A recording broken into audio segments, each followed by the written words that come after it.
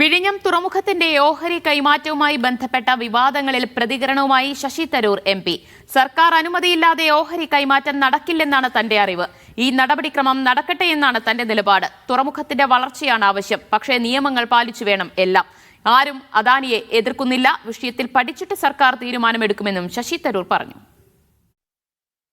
എൻ്റെ അറിവിൽ ഇങ്ങനെയൊരു കാര്യത്തിന് ഗവൺമെൻറ് ക്ലിയറൻസ് ഉണ്ടാവണം. അതിൻ്റെ അർത്ഥം സംസ്ഥാന സർക്കാരും കേന്ദ്ര സർക്കാരും രണ്ടും അവർ അഭിപ്രായം പറഞ്ഞ ശേഷം ക്ലിയറൻസ് കൊടുത്ത ശേഷം മാത്രമേ നമുക്ക് ഇങ്ങനെയൊരു സെയിൽ ഓഫ് ഷെയർസ്, ഒരു ട്രാൻസ്ഫർ ഓഫ് ഷെയർസ് അംഗീകരിക്കാൻ സാധിക്കുള്ളൂ. അതാണ് സാധാരണ നിയമപ്രകാരം.